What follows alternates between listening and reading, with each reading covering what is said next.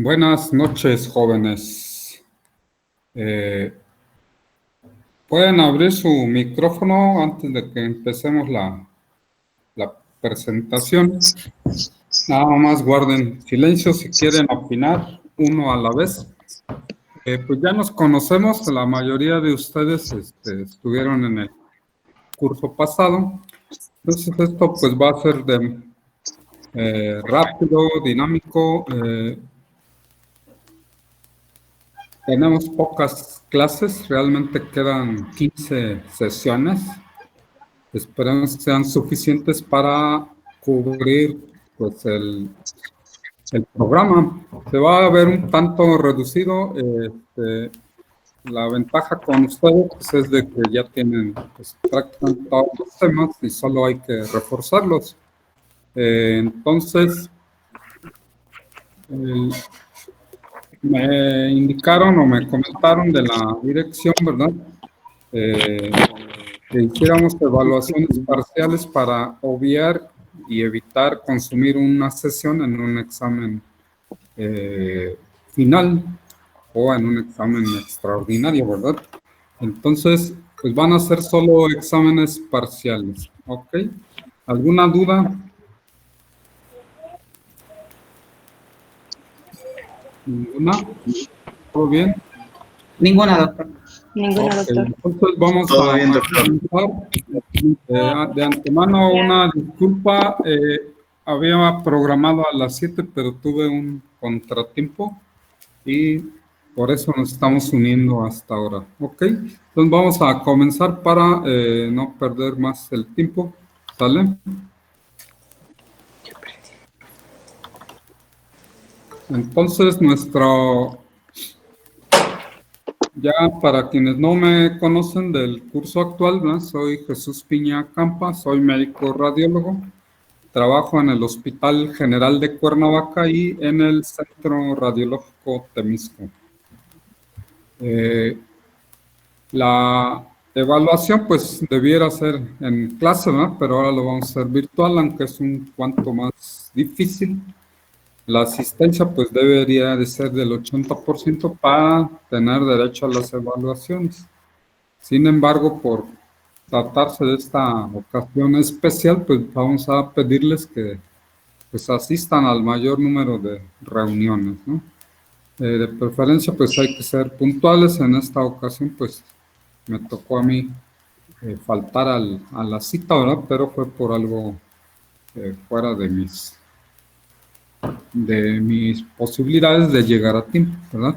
Vamos a evaluar también la participación, la presentación durante las sesiones, ¿verdad? Nos ha habido comentarios que nos pidieron, ¿verdad? La mayoría de los maestros que tuvieran por lo menos su camiseta, ¿verdad? de la universidad para que fuera algo más o menos uniforme, ¿verdad? El examen pues va a ser escrito y en algunas ocasiones visual, ¿verdad? Ya ustedes conocen, ¿verdad? La presentación de imágenes radiológicas. Anteriormente, perdón, el glosario ocupaba el 20% de la calificación y el resto era con la participación, todos los demás datos. Con esta contingencia lo vamos a modificar de tal forma que ese portafolio de evidencias va a contar el 40% de su calificación. Entonces, pues está sencillito, ¿verdad? Aprobarlo, no hay mayor problema. Solamente asistiendo a las clases, presentando su evaluación, ¿verdad? Y el 40%, o sea, 4 puntos son la presentación de ese portafolio de evidencias que incluye los trabajos que desarrollemos, las tareas y el glosario, obviamente. Yo les sugiero nuevamente que lo vayan desarrollando en el transcurso en el desarrollo del curso, porque muchas veces lo hacen al final y pues se nota, ¿verdad? Que lo elaboraron a la carrera y de mal modo, entonces pues ahí les bajan puntos, ¿sí? La planeación, yo supongo que Celso ya la debe de tener, o Si no, yo se las voy a hacer llegar. La bibliografía, pues ya la conocemos, ¿verdad? Vamos a tener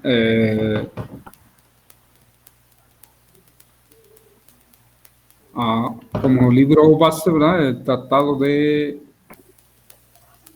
Diagnóstico Clínico, ¿verdad? De César Pedosa, Diagnóstico por Imagen. Y tenemos otro texto que se llama Imagenología de Nidia Isabel Briones. Son libros de consulta, no los tienen que comprar. Si pueden, los pueden descargar, ¿verdad? Necesitamos un manual de técnicas radiológicas y con eso es suficiente, ¿verdad? Bueno, para comenzar vamos a hacer una pequeña revisión, ¿verdad? Diagnóstica. Tenemos 10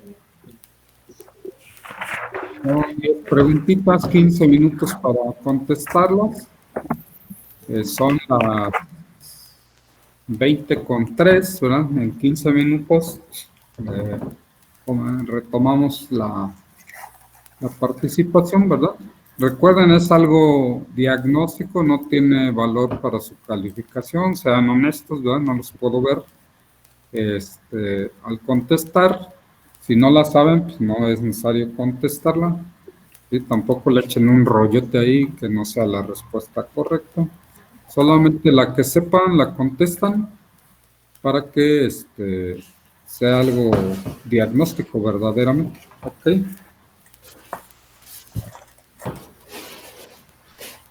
¿Sí se visualiza ahí la imagen? Sí, doctor. Ok. ¿Habrá alguien en espera? Sí, ya vi que sí. Voy a permitir.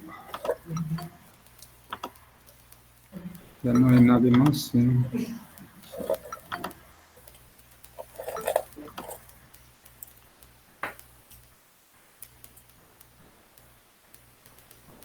Creo que son todos.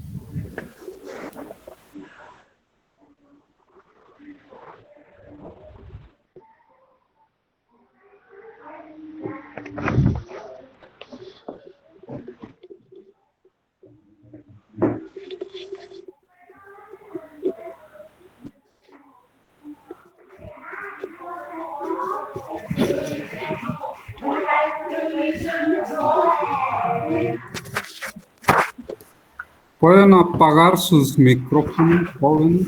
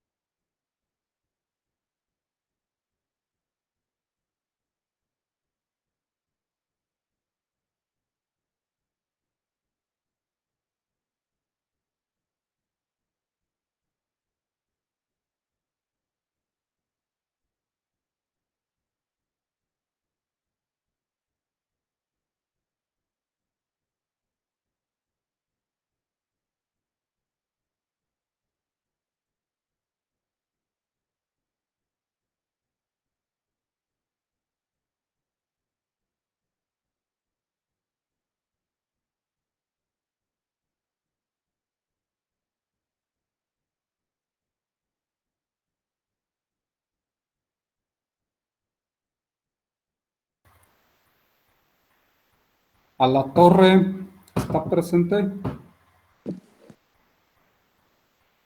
Alatorre.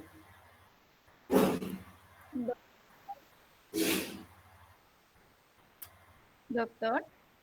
Carrillo.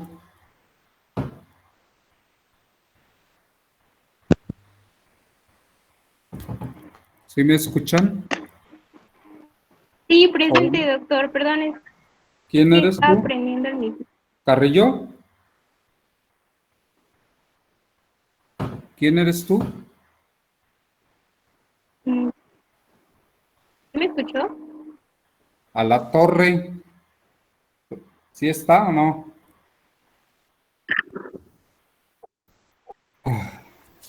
Sí, doctor, era lo que estaba hablando. Ok. Carrillo. Díaz Yo a la torre. Chávez. Presente. Escobar.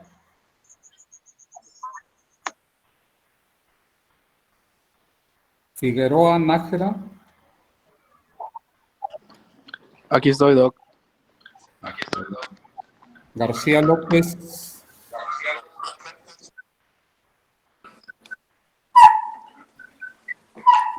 Morales Agüero.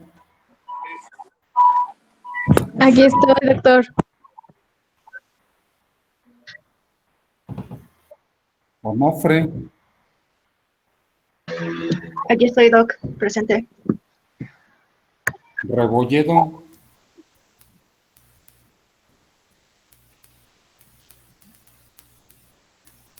Rodríguez.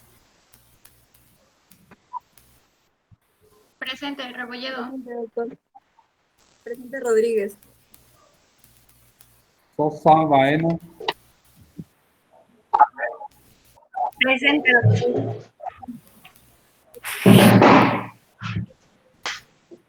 Ok, somos 29, Celso. Sí, doctor. Carrillo no está. No. No. Ok. Bueno.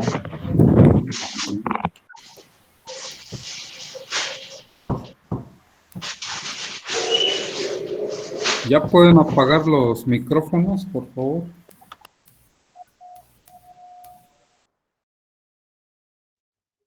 Doctor, faltó que me nombrara a mí. ¿Quién eres? ¿Quién Soy eres? Zavala García. Ah, no, nada más nombré a los que no aparecen sus nombres aquí en la cuadrícula, en el mosaico. Los demás Ah, los ok, estoy está bien. viendo y ya vi sus nombres. Gracias.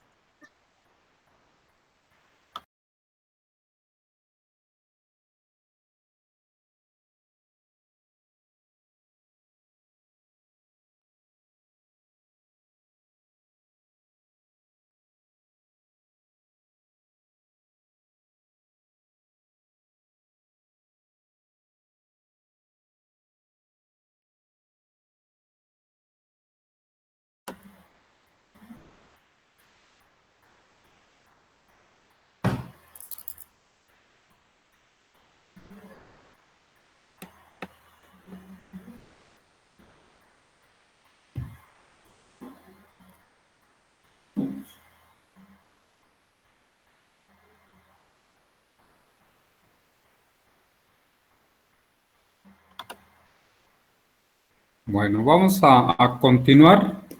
Entonces, los siguientes van a escanear su evaluación diagnóstica y al finalizar la presentación se la van a enviar al jefe de grupo. Celso, haces una carpeta y me la envías a mi correo electrónico, por favor. Si no, te lo he dado, enseguida te lo envío por un WhatsApp. ¿Ok? Claro, doctor. Bueno, entonces vamos a continuar.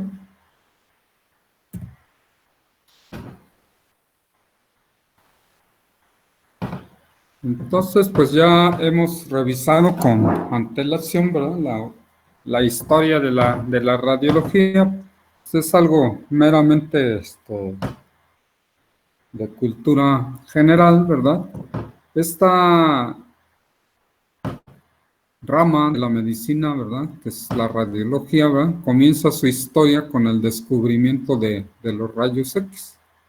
Y esto a su vez comienza con los experimentos desarrollados por diversos científicos en diversas partes, ¿verdad?, del mundo en forma simultánea prácticamente, donde el primero de ellos, que es William Crookes, ¿verdad?, quien investigó sobre, en el siglo XIX, los efectos de ciertos gases contenidos dentro de una bombilla, ¿verdad?, al aplicarles descargas de energía eléctrica. Estos experimentos, ¿no?, se desarrollaron en un tubo al vacío, que es conocido como una bombilla. En la imagen estamos viendo una diapositiva de ello, y también contenían electrodos, ¿verdad?, uno positivo, uno negativo, para generar corrientes de alto voltaje. Él lo llamó tubo de Crookes, por su nombre. Pues bien, este tubo, al estar cerca de películas fotográficas, recordemos que en ese momento aún no había películas radiográficas, todo era por fotografía, ¿verdad? Entonces la mayoría de los científicos e investigadores pues tenían hacían, ¿verdad?, fotografía para tomar evidencias de sus descubrimientos o de sus trabajos. Entonces todos ellos hacían fotografía. Entonces, al estar este tubo cerca del ambiente de trabajo de estos investigadores, Crookes se dio cuenta, ¿verdad?, de que generaba en las películas fotográficas algunas alteraciones, ¿verdad?, imágenes borrosas. Sin embargo, pues, pese a que lo observó, pues lo pasó por alto, ¿verdad?, y no continuó investigando sobre este efecto. Después, Nikola Tesla en 1887, ¿verdad?, comenzó a estudiar este efecto creado por medio de los tubos de Crookes. Entonces él se dio cuenta, ¿verdad?, que una de las consecuencias o de los efectos adversos al estar realizando esta investigación fue determinar, ¿verdad?, o informar a la comunidad, a sus colegas científicos, ¿verdad?, el peligro para los organismos biológicos. Vean cómo desde sus inicios, ¿verdad?, se van dando cuenta que existen algunos efectos que produce esta forma de energía que aún no pueden determinarla ni la conocen, ¿verdad? Pero ya están viendo los efectos de esta. Entonces ya vimos un efecto primero, ¿verdad?, de Crookes, que es el efecto fotográfico, y ahora estamos hablando de los efectos biológicos en los seres vivos, ¿verdad?, cuando se exponen a esta forma de energía. Aquí dice radiaciones, pero en ese momento pues todavía no se sabía que era una radiación. Y es hasta el 8 de noviembre, ¿verdad?, de 1895 cuando Röntgen descubre, ¿verdad?, los rayos X, o esta energía a la cual se le denominó rayos X, X por desconocido, ¿verdad? Al estar realizando experimentos con los tubos de Crookes y una bobina de Ruhmkorff, analizaba los rayos catódicos para evitar la fluorescencia violeta, ¿verdad?, que producían los rayos en las paredes de un vidrio del tubo. Para ello, creó un ambiente de oscuridad, ¿verdad?, ¿sí?, eliminando la luz, y cubrió el tubo con una funda de cartón oscuro, ¿verdad? Y cuando conectan su equipo, ¿verdad?, por última vez, se sorprende al observar, igual en una mesa adyacente a donde él estaba experimentando, recordemos, ¿verdad?, todos hacían fotografía.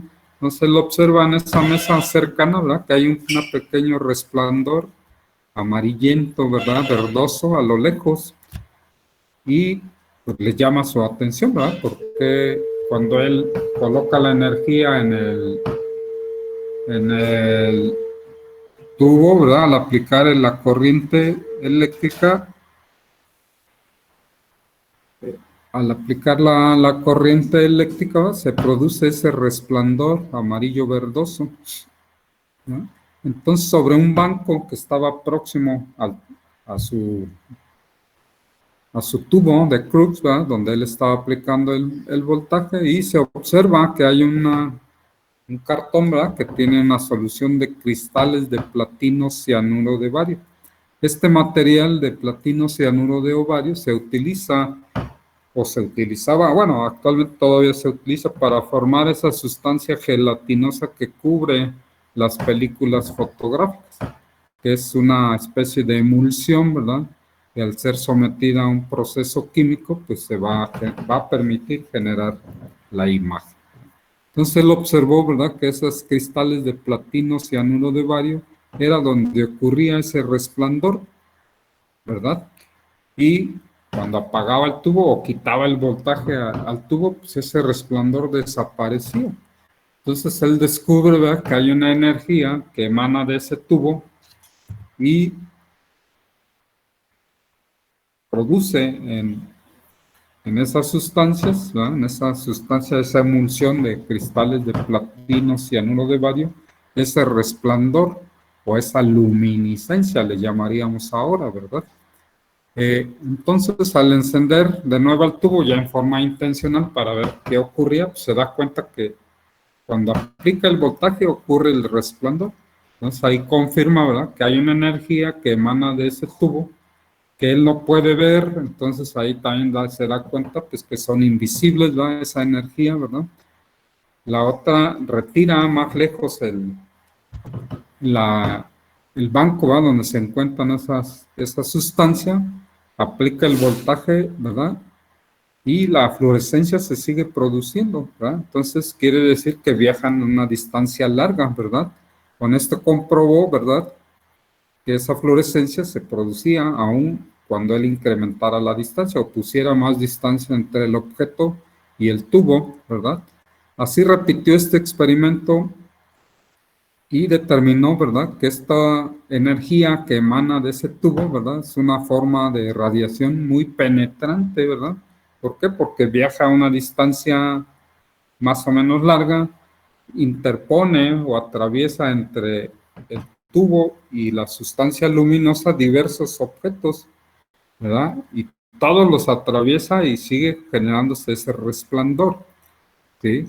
Diversos objetos de papel, madera, vidrio, hasta que interpone un objeto de plomo y ahí el resplandor no ocurre.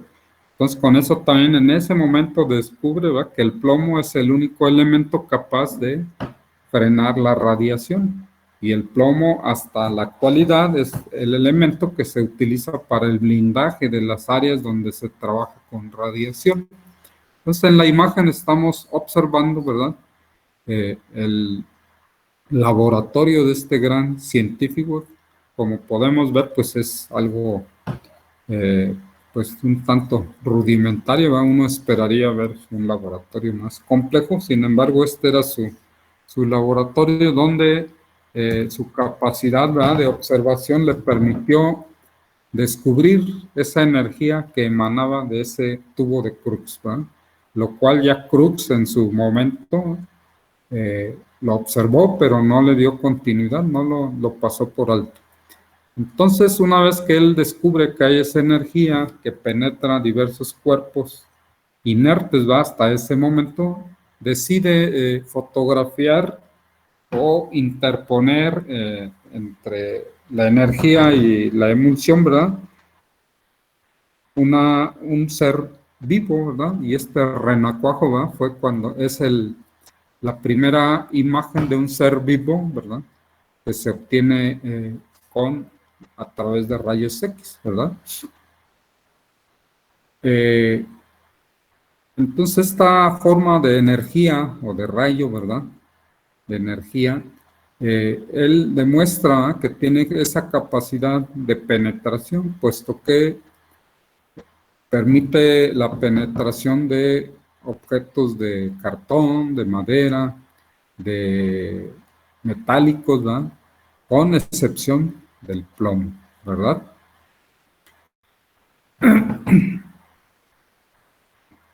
Entonces, él al interponer estos diferentes objetos inertes, ¿verdad? Y además decide colocar una placa fotográfica, recordemos, ¿verdad? Fotográfica, no radiográfica, fotográfica, con lo cual logra imprimir, ¿sí?, estos diversos objetos que él interpuso, ¿verdad? Para el 22 de diciembre, ¿verdad?, ese mismo año, veamos, voy a regresarme, ¿verdad? Apenas han transcurrido prácticamente un mes y días, ¿verdad?, cuando él decide, ¿verdad?, realizar una radiografía en un ser vivo, pero un ser humano, ¿verdad? Para lo cual, pues, él habitualmente, pues, hizo todos estos ensayos y descubrimientos por sí solo, pero necesitaba alguien que le apoyara, puesto que no podía aplicar el voltaje al tubo y colocar la película y colocar el objeto todo al mismo tiempo. Entonces, lo que él hace, pues, es pedirle a su pareja, a su esposa, ¿verdad?, que le apoye, y esta imagen que vemos en la pantalla, ¿verdad?, es la primera radiografía de un ser humano. Es la mano de Berta, es la esposa de Röntgen, ¿verdad? Y a primera vista, pues, quienes hemos visto ya, y ustedes también ya han visto radiografías ahora digitales y con tanta tecnología, pues dicen, no, pues se ve bien fea, ¿verdad? Pero recordemos que estamos en 1885, ¿verdad? Entonces, pues esto es algo nuevo e importante para esta época, ¿verdad? Entonces, él observa, ¿verdad?, que los huesos de la mano de Berta se observan definidamente, algo nunca antes visto, ¿verdad? Se observa su anillo, ¿verdad?, flotando entre los huesos. Y dice flotando porque, bueno, el tejido blando, si recordamos, como vimos en el curso pasado, ¿verdad?, pues no es posible visualizarlo en la radiografía, ¿sí? De esta manera nace, ¿verdad?, una de las ramas más poderosas y excitantes, ¿verdad?, de la medicina, que es la radiología, ¿sí? Esto valió para Röntgen, ¿verdad?, esta noticia de su descubrimiento, ¿verdad?, muchos reconocimientos, incluidos, ¿verdad?, el del emperador Guillermo II de Alemania, que le concede la Orden de la Corona, ¿verdad?, es un alto nombramiento, así como la medalla Rumford, ¿verdad?, de la Real Sociedad de Londres en 1896, apenas un año después de su descubrimiento, y así un sinfín de nombramientos, incluido obviamente el Premio Nobel de Física en 1901, ¿sí?, por el descubrimiento de los rayos X. El descubrimiento de esta nueva forma de energía fue el producto entonces de la investigación, ¿verdad? Y lo primero que fue producto es de la observación, puesto que él observa un fenómeno luminiscente e inmediatamente entra, ¿verdad?, su espíritu de investigador para saber por qué es que se desarrolló ese fenómeno luminiscente, ¿sí?, lo cual no ocurrió con Crookes, ¿verdad? Él lo observó, pero dijo, bueno, pues, quién sabe qué pasó, pero no le dio seguimiento. Después vino la experimentación, ¿verdad?, colocar diferentes objetos para ver si existía esa penetración, ¿verdad? Y entonces no es por accidente que lo haya descubierto los rayos X, como en muchos autores mencionan, ¿verdad? Entonces Röntgen era un hombre de ciencia, ¿verdad?, con una agudeza observacional importante, ¿verdad?, que le permitía investigar los detalles mínimos, ¿verdad? Examinaba las consecuencias de un acto que quizás pudo haber sido casual, pero que él observó y le dio seguimiento, y por eso tuvo éxito donde los demás fracasaron, ¿verdad? En la imagen estamos viendo una fotografía obviamente antigua donde está Röntgen, ¿verdad?, con algunos colegas, y lo que estamos viendo es un fluoroscopio, ¿verdad? El fluoroscopio nos permite observar las imágenes en tiempo real, ¿sí? Del ser humano. Doctor, Sí. me comenta una compañera que está en sala de espera, que sí Ah, sí.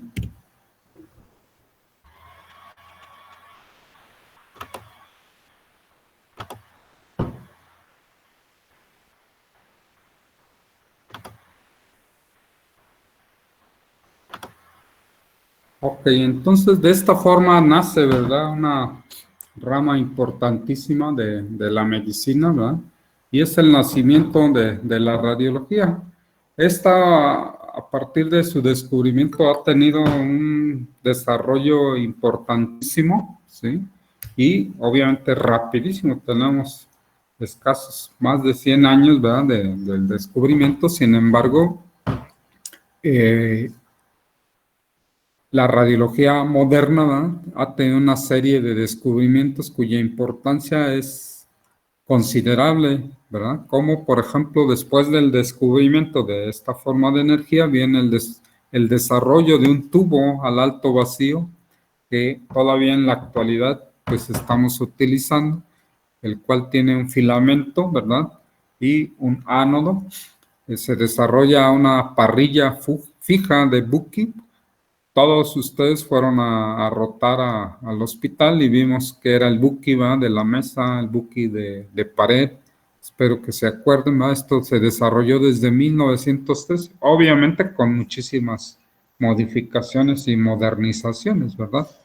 Y después, si recuerdan, les he hecho hincapié, primero era película fotográfica, pero después se desarrolla la placa radiográfica y esto fue en 1900, ¿verdad?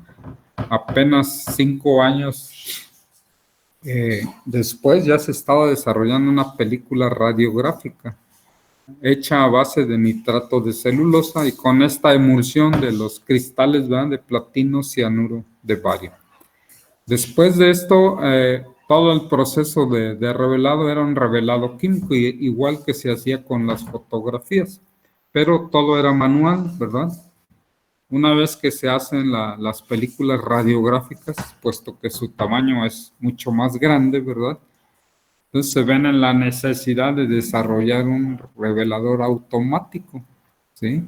Entonces en este tipo de reveladores se fueron modificando desde 1942 hasta 1965, donde se logra que este procesador automático de revelado químico o húmedo pueda procesar una película radiográfica en 90 segundos, ¿sí? Lo cual, pues, para esa época, pues, era algo, pues, muy, muy rápido, ¿no? Puesto que permitía fluidez en el trabajo, sobre todo a nivel hospitalario. En 1897, ¿verdad? En París, ¿verdad? Se desarrollan las primeras reuniones científicas sobre radiología. Vean, en este año, apenas 2 años después, ya había reuniones y ya se conocía como radiología, ¿verdad? La especialidad. Las aplicaciones de esta nuevo descubrimiento, pues fueron inmediatas, ¿verdad? En ortopedia, en las fracturas, en neumología, ¿verdad? Para la evaluación del tórax, de procesos infecciosos, en la radiología gastrointestinal, en la identificación de litiasis, ¿verdad? En 1896, apenas un año después del descubrimiento, se pudo radiografiar un cálculo biliar, ¿sí? Imaginen, ¿verdad? La antigüedad de esto, así como también radiografiar el abdomen para obtener el diagnóstico preoperatorio de litiasis renal y así también para la aplicación en la neuroradiología. Pues estas últimas décadas, ¿no? De más o menos de 1967 a la fecha, ¿verdad?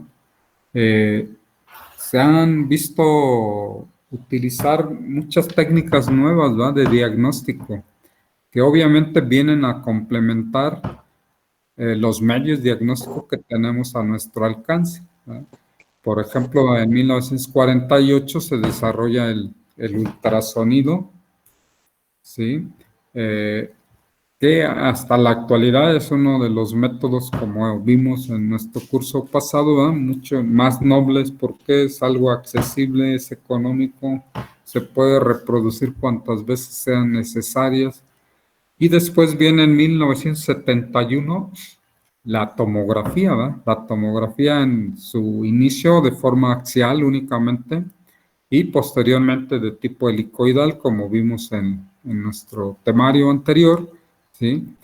Pero vean, el primer equipo de tomografía, ¿verdad? Fue instalado en 1972 y diseñado únicamente para la evaluación del cerebro. Y actualmente pues tenemos equipos de tomografía que nos permiten explorar en un escaneo, ¿verdad? Prácticamente todo el cuerpo, ¿verdad? Y para 1973, ¿verdad? Se desarrolla el primer equipo, aquí dice de cuerpo entero, cuando se refiere a cuerpo entero, se refiere a que podrían hacer en ese momento tomografías del cráneo, tomografías del cuello, del abdomen en forma independiente, no en forma continua, como es ahora en la actualidad. Y en 1952, ¿verdad? Black y Purcell reciben el premio Nobel por sus descubrimientos de resonancia magnética nuclear. Pero es hasta 20 años después, más o menos, 1974, 77, ¿verdad? Donde se realiza el primer corte axial en un ser humano. Anteriormente sus aplicaciones eran más en la física y en la química. Bueno, pues para comenzar vamos a hablar un poco, ¿verdad?, de lo que son los rayos X. Los rayos X entonces se definen como una forma de radiación electromagnética.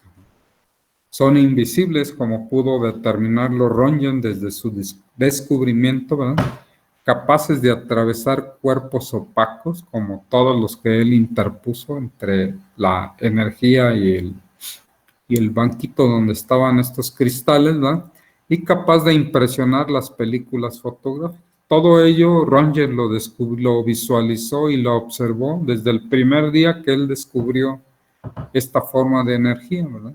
Y ya después se han visto algunas otras cosas como la longitud de onda, ¿verdad?, que desarrolla cómo se desplaza esta forma de energía.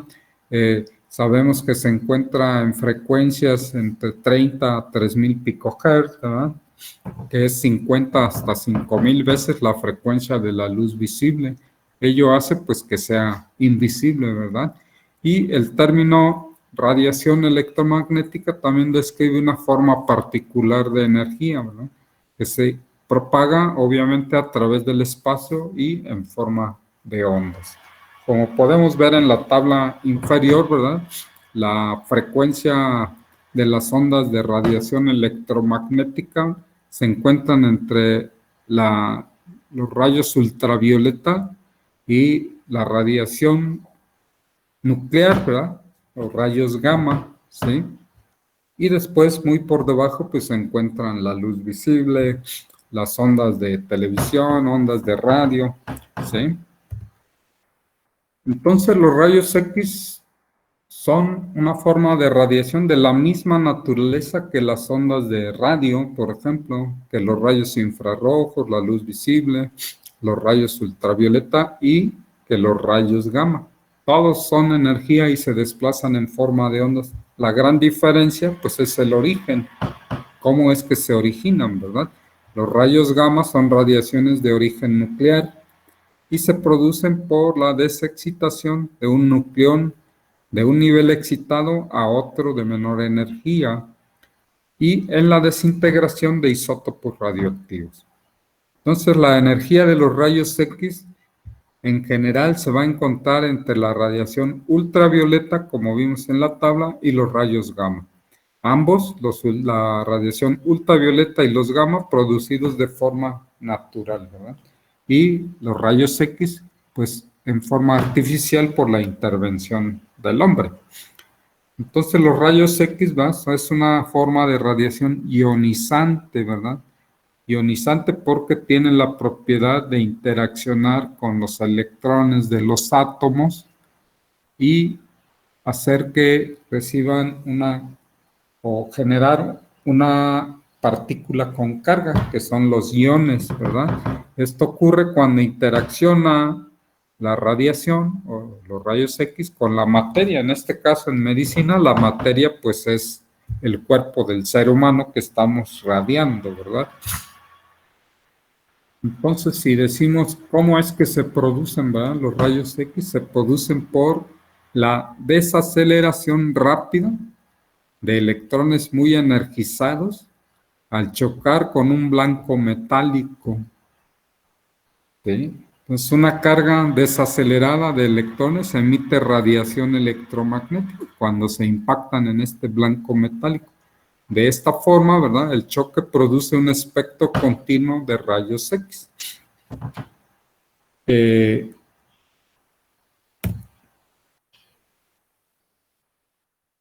Es importante también mencionar, ¿verdad?, que este equipo de rayos X y en especial el tubo de rayos X tiene diferentes elementos o componentes que hay que mencionar, ¿verdad?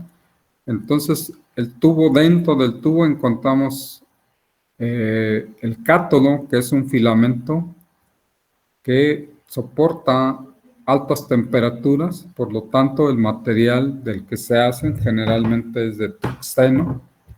El tubo en sí es una ampolla de vidrio que se encuentra al alto vacío, ¿verdad? Y que tiene dos electrodos en sus extremos, uno positivo y uno negativo. El ánodo, ¿verdad?, es un bloque de cobre en el cual, ¿verdad?, el cual está inmerso el blanco. Dentro de él ya veremos, ¿verdad?, que este ánodo genera, cuando se impactan los electrones en él, una gran cantidad de calor, por lo cual necesita estar con un sistema de enfriamiento, ¿sí? Este sistema de enfriamiento puede ser a base de agua o a base de aceite. Actualmente prácticamente todos los tubos, ¿verdad?, son con un enfriamiento a base de aceite. Esta energía que se genera es una energía calorífica, ¿verdad?, o térmica. El 99% de la energía se transforma en calor y solamente el 1% se transforma en radiación electromagnética, o sea, rayos X. Los electrones, ¿verdad?, que se generan en el cátodo son enfocados hacia un punto en el blanco, ¿sí? Entonces tenemos una bombilla, todos conocemos un foco convencional, ¿verdad?, que tiene dentro un filamento, ¿sí? Ese filamento es el filamento que tiene este tubo de rayos X, ¿verdad? Al aplicarle un voltaje se va a poner incandescente, igual que se pone el filamento de los focos comunes, ¿verdad? Y al aplicar esta incandescencia hace que se generen o se movilicen los electrones de los átomos de ese filamento, y al aplicar un mayor voltaje esos átomos salen disparados, ¿verdad?, y chocan con el ánodo. Este ánodo que ya dijimos que contiene el blanco, ¿verdad?, donde se van a impactar los electrones y donde se genera la radiación. Este ánodo generalmente posee una inclinación de 45 grados. Y finalmente, ¿verdad?, este tubo de rayos X posee una ventana. Esa ventana, la cual debe ser transparente, ¿sí? Generalmente es una mica, ¿verdad? Y permite el paso de la radiación, ¿verdad? Es una mica que puede ser o también de aluminio o de berilio. Generalmente es de aluminio, ¿verdad? Entonces, para que podamos nosotros comparar, vemos en la parte superior el tubo de Crookes,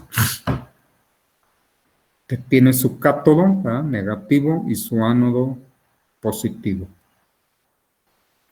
En la imagen inferior tenemos un esquema, ¿verdad?, de el diseño de un tubo de rayos X ya más moderno, donde podemos nosotros observar, ¿verdad?, en el cátodo, ¿sí?, que es el elemento positivo, donde se encuentra el filamento. Podemos ver ahí el filamento, ¿verdad?, dibujado como un filamento de una bombilla convencional.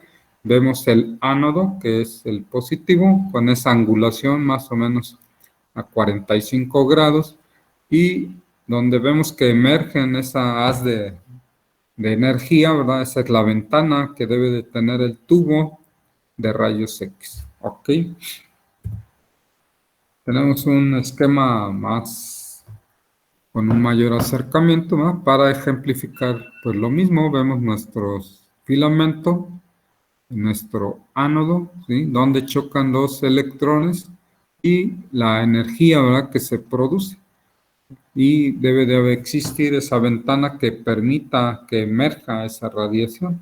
Recordemos que este tubo pues es un tubo que se encuentra contenido dentro de una carcasa o coraza que normalmente es metálica, ¿va? Y tiene aleación entre plomo y otros elementos que evita que la radiación pues salga para todos lados, ¿no? Si no, sería ahí una radiación para todos los trabajadores y familiares de los pacientes. En la imagen estamos observando, ¿sí? Un esquema nuevamente del lado izquierdo de la pantalla, donde se ejemplifica ya con más detalle, ¿verdad? Los componentes de este tubo de rayos X, y en la imagen de la derecha pues vemos tubos de rayos X reales, ¿verdad? Vean la morfología que presentan. El cristal, ¿verdad? Del que están elaborados es un cristal de alta resistencia al calor, ¿verdad? Siempre les pongo de ejemplo esos materiales que utilizan para hornear, ¿verdad? En los hornos, los pasteles, ¿verdad? Para los que guisan, ¿sí? ¿Cómo se llaman estos? Tienen un nombre especial. No recuerdo en este momento. Bueno, entonces es un elemento, un vidrio especial grueso que soporta altas temperaturas. Bueno, toda esta historia, ¿verdad? Para recordar, ¿verdad? Que todo esto nos lleva a la utilización de los rayos X en la medicina. ¿Y cómo es que nosotros vamos a poder observar esta manifestación de la radiación en una película radiográfica? A través de diferentes elementos. Para esto debemos de conocer pues, cómo es que se genera, ¿verdad? La imagen de rayos X. Y esto es a través de las propiedades que ya hemos venido mencionando desde la historia, ¿verdad? El primero pues es la capacidad de penetración, ¿sí? Esta capacidad de penetrar cuerpos opacos, ¿verdad? Nos va a generar en la película radiográfica opacidades y transparencia. Lo opaco que se ve blanco y la transparencia que se ve negro. Entonces vamos a tener en una película radiográfica la posibilidad de observar estructuras que se ven blancas como el hueso y estructuras que se ven transparentes como el aire. Y dentro de esa una gama de grises donde se encuentran las demás estructuras. Después tenemos la luminiscencia, ¿verdad? Que también fue lo que dio pie al descubrimiento de los rayos X por Röntgen, ¿verdad? Ese resplandor amarillo verdoso, ¿verdad? En el banco donde él tenía ese material, ¿sí? Eso es la luminiscencia. ¿Sí? En su momento, pues le llamaron resplandor, ¿verdad? Y esta luminiscencia puede ser fluorescencia y fosforescencia, ¿verdad? Dependiendo de los elementos donde estos se encuentran. Y la ionización que en un principio observó Tesla, ¿verdad? Y que desde ese momento, ¿verdad? Él mencionaba que podía haber algún efecto ahí peligroso, ¿va? En el uso de esta radiación. Recordemos que esta forma de energía va a ionizar, o sea, va a cargar eléctricamente estos átomos.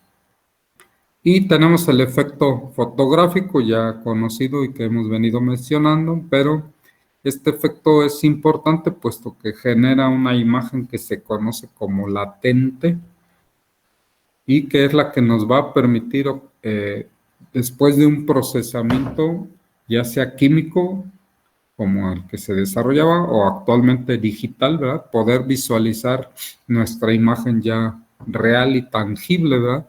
Es latente mientras está dentro de nuestro chasis y que aún no la hemos procesado. Y tenemos el efecto biológico, ¿verdad?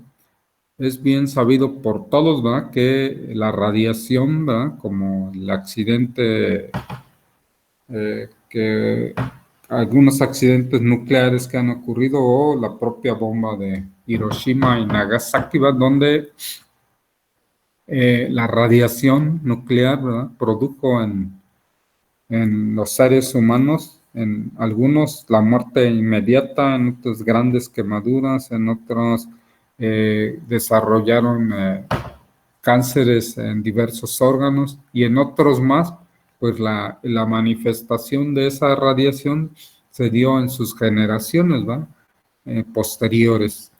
Entonces, estos efectos biológicos pues pueden ser efectos determinísticos, donde nosotros como trabajadores ocupacionalmente expuestos o que utilizamos la radiación, sabemos, ¿verdad?, de las dosis de radiación que pudieran generar en el ser humano algún daño, ¿verdad?, en órganos especialmente sensibles, ¿verdad?, como pueden ser el cristalino, la tiroides, las mamas, las gónadas, ¿verdad?, masculinas, femeninas, ¿sí?, la propia piel va a sufrir quemaduras. De hecho, la quemadura pues es la primera manifestación, ¿va?, de una exposición a la radiación, ¿va? Todos nosotros sabemos o hemos visto o conocemos a alguien, ¿verdad?, que se ha sometido a radioterapia y inmediatamente acá hay una eritema, un cambio de coloración en la piel, ¿verdad?, que es el primer efecto. Y otro efecto es que son invisibles, que fue lo primerísimo que descubrió Röntgen, ¿verdad? Y puesto que no podía ver la energía que emanaba del tubo donde él estaba trabajando. Entonces, al no ser visibles, pues no poseen una masa y son eléctricamente neutros, ¿verdad? También el ser invisibles, pues muchas veces nos hace cometer imprudencias, puesto que nos exponemos de forma innecesaria, ¿verdad?, a la radiación. Muchas veces vemos, ¿verdad?, que llega ahí, ya sea los estudiantes o el médico interno, y se meten pues, sin tomar ninguna precaución a la sala de rayos X o a la tomografía, donde hay una radiación importante, ¿verdad? Y nos estamos exponiendo en forma innecesaria. Y luego decimos, no, pues no pasa nada. Pues no, no te pasa nada en ese momento, pero tú no sabes si en tus generaciones, ¿verdad?, tus hijos o tus nietos, ¿verdad?, pues vas a tener algún problema, ¿verdad?, de tipo genético, secundario a esta sobreexposición a la radiación. Recordemos que estos efectos también biológicos, hay otro que se conoce como estocástico, ¿verdad? Este efecto estocástico pues es un efecto aleatorio. Este efecto aleatorio pues es al azar, ¿verdad? No sabemos a qué individuo ni con qué dosis, y solamente con una radiografía o una exposición o 10 exposiciones pueda desarrollar alguna alteración, ¿verdad? Entonces es algo aleatorio, ¿verdad?, al azar.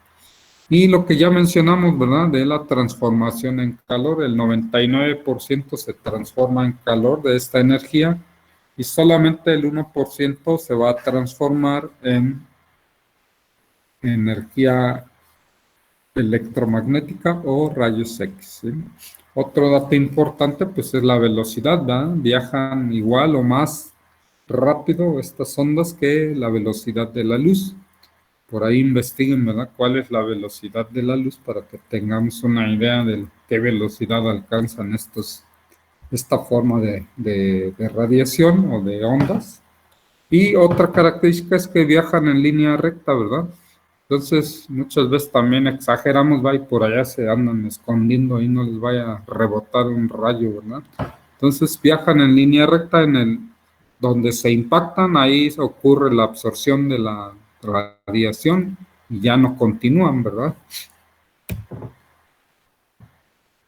Bueno, pues todo esto nos sirve para conocer nuestras densidades radiológicas, ¿verdad? Existen 5 densidades radiológicas apreciables en una radiografía. La primera, ¿verdad?, es la densidad del aire. y el aire es lo que menos resistencia opone al paso de la radiación. Entonces, al no haber resistencia, al no haber algo que la frene, pues va a llegar toda la energía pum, directo a la película radiográfica. Entonces, mientras más energía llega a la película radiográfica, más se expone la película y se pone más negra, se quema más, por llamarlo de alguna forma, ¿verdad? Mientras más resistencia hay al paso de la energía, que sería el polo opuesto como la densidad del metal, pues el metal frena el paso lo más posible, ¿verdad?, de la radiación. Entonces, si no pasa energía a la película radiográfica, pues llega a una dosis muy pequeñita, entonces apenas si quema por ahí algunos cristales de plata, entonces pues queda prácticamente blanco, o sea, no hay exposición de esa pequeña porción a la radiación. Entonces esos son los dos extremos, y en medio queda la densidad grasa, por ejemplo, que también permite el paso de la radiación más o menos rápido, ¿verdad? Por lo tanto va a ser un tono oscuro, pero no negro como el aire. Después tenemos la densidad del agua, ¿verdad? Esta densidad es una tonalidad intermedia, ¿verdad?, entre el tejido blando, ¿verdad? Nos lo dan los tejidos blandos, los músculos, la bilis, las vísceras, ¿verdad? Esto es moderadamente blanco, ¿verdad? Y tenemos la densidad del hueso, ¿sí? El hueso es de las estructuras anatómicas, porque el metal no es algo anatómico, es algo externo, pero el hueso, ¿verdad?, es algo anatómico y es lo que se ve más blanco en una radiografía, ¿sí? Y se conoce como moderadamente opaca. Y nos lo dan los huesos, los dientes y algunas sales, ¿verdad?, de tipo cálcico que se pueden desarrollar en cualquier estructura anatómica, ¿verdad?, ya sea en los músculos, en la piel, en las vísceras, en los riñones, en la vesícula, ¿sí? Donde se encuentren estas sales se van a ver moderadamente opacas. Y en la radiografía, ¿verdad?, estamos visualizando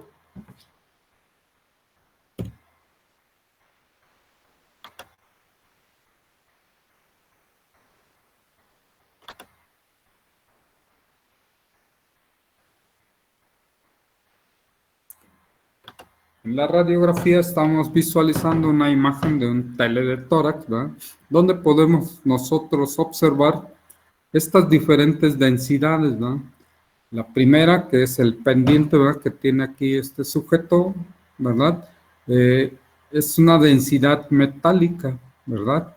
Vean cómo es un tono blanco, pero blanco brillante, ¿verdad? A diferencia del hueso, como podemos ver que esa es una densidad moderadamente opaca, ¿sí?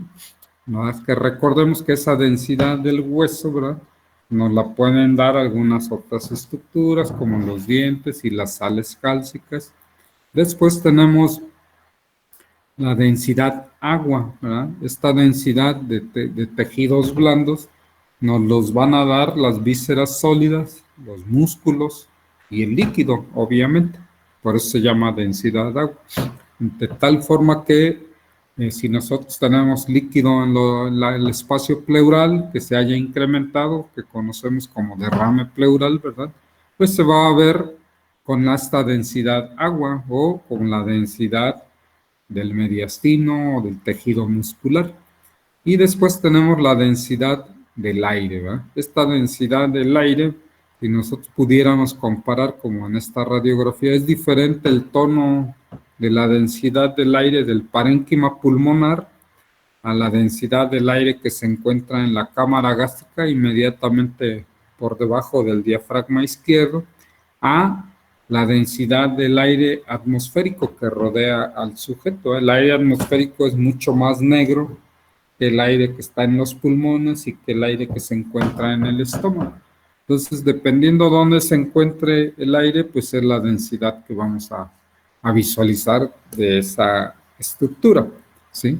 Y nos falta aquí la densidad de la grasa, ¿no?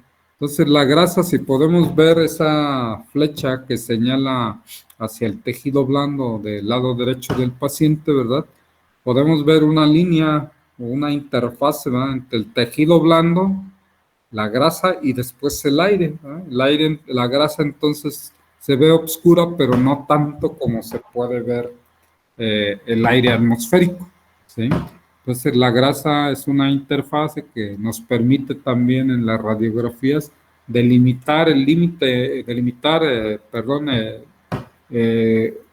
dónde comienza y dónde termina un órgano, como por ejemplo el hígado, del riñón, y así diferentes estructuras. Como en este caso en la radiografía, ¿verdad? La grasa del mediastino, ¿verdad?, nos permite delimitar el término, además del aire, ¿verdad?, contenido en el espacio aéreo pulmonar.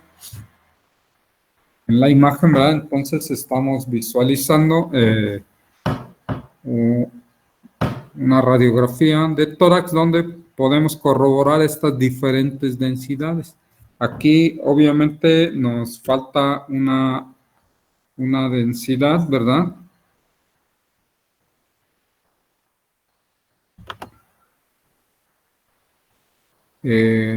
Adriana, ¿cuál densidad es la que nos faltaría en esa imagen radiográfica? Adriana Agüero.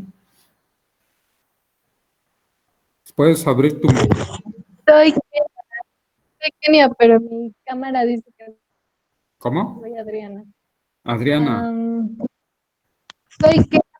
Soy Kenia Morales, pero mi cámara dice que soy Adriana. Ajá, ya ve, ya le pasé lista como Adriana Agüero. Mamá, perdón. Adriana. Sí, perdón, es de mi mamá. Ah, mire. Entonces, ¿qué? Bueno, la que hace falta yo creo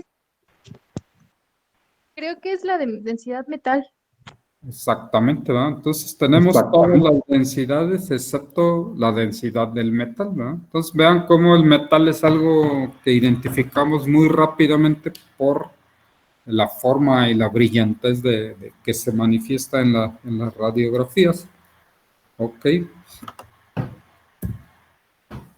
En esta otra imagen, ¿verdad?, vemos, es una radiografía del abdomen de un estudio de una serie esófago gastroduodenal. Lo que vemos en la parte central es el estómago. Normalmente el estómago no lo visualizamos como podemos verlo en esta radiografía. Se ve nomás una pequeña cantidad de aire, que es la burbuja gástrica debajo del hemidiafragma izquierdo, debajo del corazón, ¿sí? En este caso vean cómo se ve distendido porque se le ha administrado al paciente una sustancia efervescente para que produzca aire y se le ha dado un material de contraste al paciente, ¿verdad? Entonces, Afne, ¿estás presente? Sí, doctor, aquí estoy.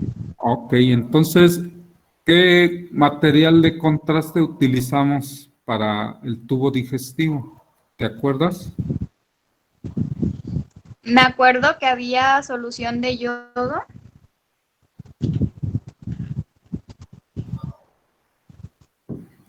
Para el tubo digestivo, ¿alguno de ustedes que recuerde? ¿No?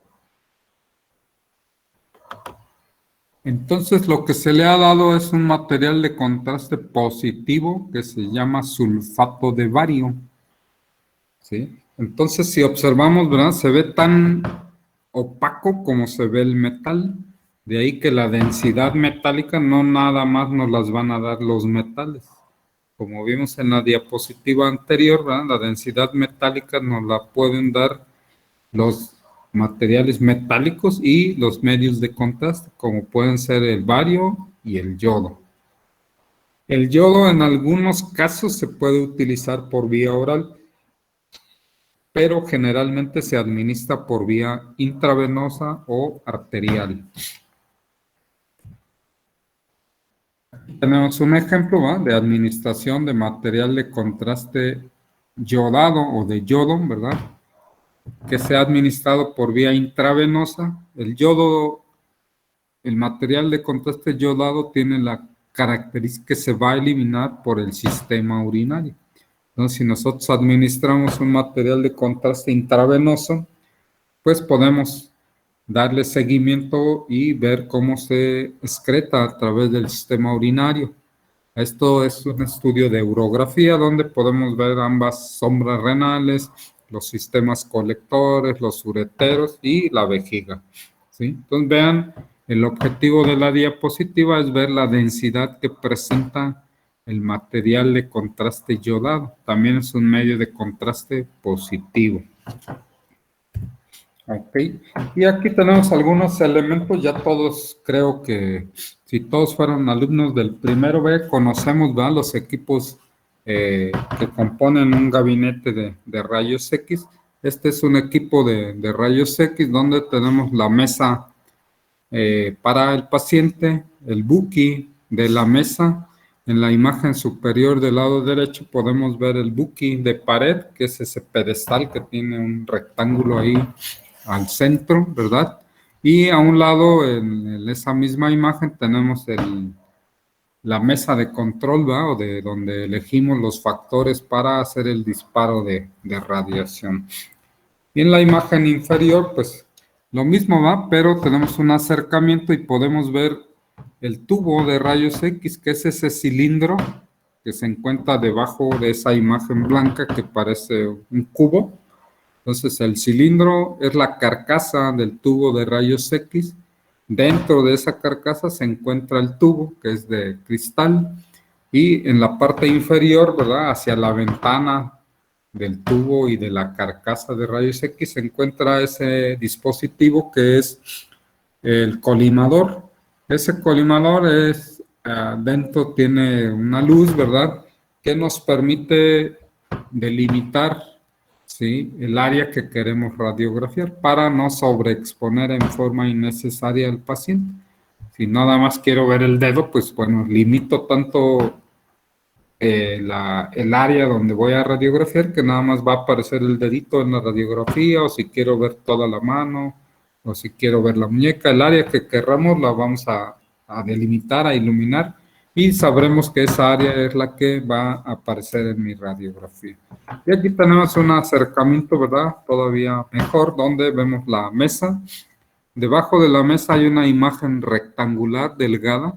Ese es el buki de la mesa. En el lado derecho de la fotografía, ¿verdad?, tenemos otra vez ese pedestal y tiene el buki de pared, que es ese rectángulo, ¿verdad? Al fondo, en el ángulo de la habitación, se encuentra el transformador, que es lo que nos va a permitir modificar la cantidad de energía, ¿verdad?, que necesitamos para la radiografía. Y tenemos en esa columna, ¿verdad?, que está vertical, donde se encuentra el tubo de rayos X. Ese tubo es el cilindro y lo que se encuentra abajo como un cubo que tiene unas pequeñas perillas, ese es el colimador. Y del lado izquierdo, ¿va?, vemos en azul ahí que están colgados unos mandiles, ¿va? Estos mandiles forman parte del equipo de protección radiológica, que incluye los mandiles, las gafas, protector de tiroides, protector de gónadas, guantes plomados principalmente. Ahora vemos en la imagen, ¿verdad?, en la imagen superior derecha vemos esas pequeñas cajitas, ¿verdad?, cuadradas o algunas rectangulares, dependiendo de la medida que presenten. Estos se conocen como chasis o portapelícula, ¿verdad?, o cassettes, como lo quieran llamar. Dentro de ellas se coloca la película a radiografiar cuando el procesamiento es de tipo, o el revelado es de tipo químico o húmedo, ¿sí? Entonces colocamos dentro una película radiográfica, se expone o se toma la radiografía y después vamos a un cuarto oscuro donde se somete a un proceso de revelado químico o húmedo para obtener nuestra película radiográfica. Si el procesamiento es digital, entonces ya no tiene uno que colocar la película dentro de ese cassette o chasis, ¿verdad? Solamente se coloca el chasis debajo del paciente, ya sea en el buki de la mesa o el buki de pared o inmediatamente debajo de la extremidad del sujeto y se expone la radiografía y se lleva a un procesador digital. Este procesador digital va a realizar la lectura como una especie de escaneo, ¿verdad?, de un código de barras, y vamos a poder obtener nuestra imagen digital, ¿sí? Del lado izquierdo de la imagen vemos el símbolo internacional de radiación, ¿sí? Que no se les olvide, cuando lo vean, no entren así como si llegaran a su casa, ¿verdad? Hay que leer, ver qué dice para poder ingresar al área, ¿ok? Y en la imagen inferior, pues vemos diversos tubos, como los que vimos anteriormente, de rayos X. El tamaño depende de la utilidad o para qué lo voy a usar. Si es para tomar radiografías de los dientes, que se conocen como apicales o periapicales, ¿verdad?, pues el tubo va a ser muy pequeñito. Si alguno de ustedes le han tomado alguna radiografía de sus dientes, ¿verdad?, sabrán el tamaño del tubito que utiliza el dentista. Pero si ya es para una radiografía del cráneo, del tórax, del abdomen, ya es un tubo mucho más grande. La dosis de radiación pues es mucho mayor. Bueno, hasta ahí vamos a dejar nuestra plática.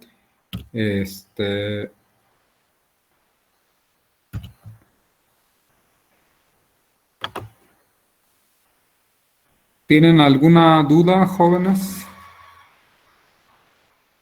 Nada, todo tan claro. Itzel, Doctor, ¿sí?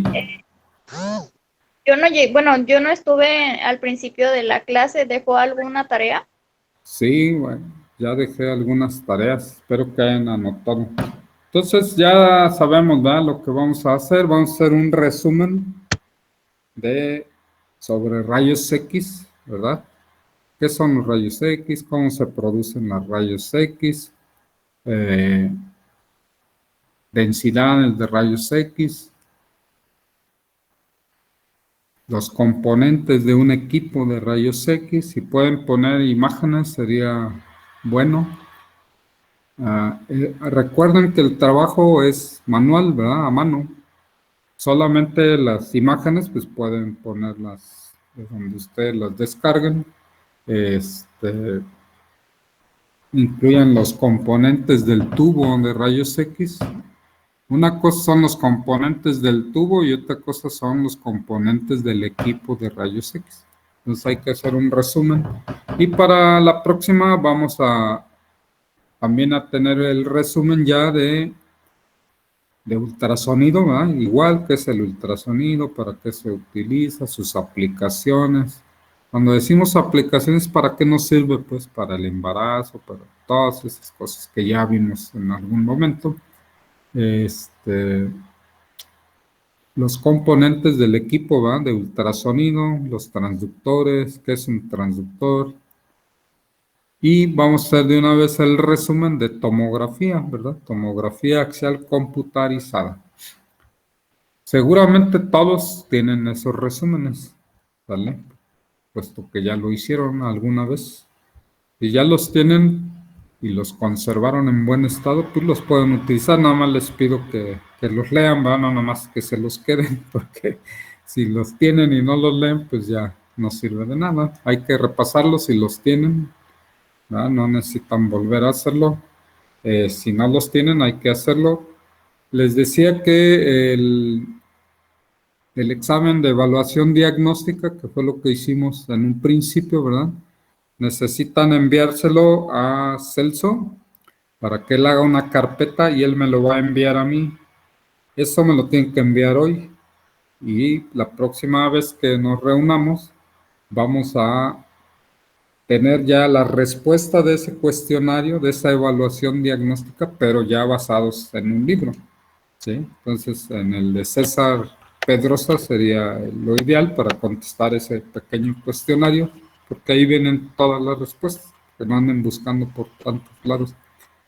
Si lo buscan en otro texto, o si buscan en internet, donde busquen, acuérdense que tienen que poner su referencia de dónde es que lo buscaron, ¿sí? Porque luego nomás lo ponen, pero no dicen de dónde vino, entonces ahí ya no sirve.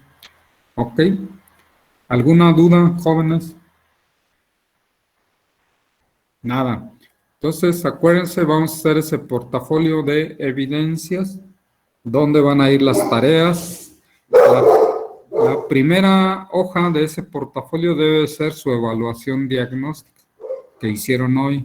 Pónganle ahí número 1. La siguiente hoja es la evaluación diagnóstica ya contestada correctamente. Si es que tuvieron algún error, ¿no? Si contestaron todo bien, pues ya nomás la repiten. Pero si después de que vayan y vean, pues aquí me equivoqué, ya la corrigieron, ¿verdad? Entonces, así es como debe ser la segunda hoja. Y la tercera, a partir de ahí, pues viene el resumen de rayos X, luego el de ultrasonido, luego tomografía y después resonancia y finalmente medicina nuclear. Esos son los resúmenes y en ese orden. Y algo importantísimo, chavos, ya estamos a nivel universitario y todavía no ponen el nombre a sus hojas. Tengo que andar buscando a ver de quién son las hojas.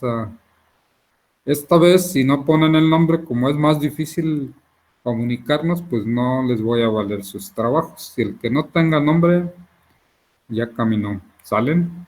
Entonces pónganse abusados. Es lo primero que hay que poner. Bueno, vamos a ir armando este portafolio de evidencias con las tareas, trabajos y el glosario, ¿verdad? Ya sabemos todos qué es un glosario. Quien no lo sepa, lo investigamos, ¿verdad? En el diccionario, ¿qué es un glosario? ¿Verdad?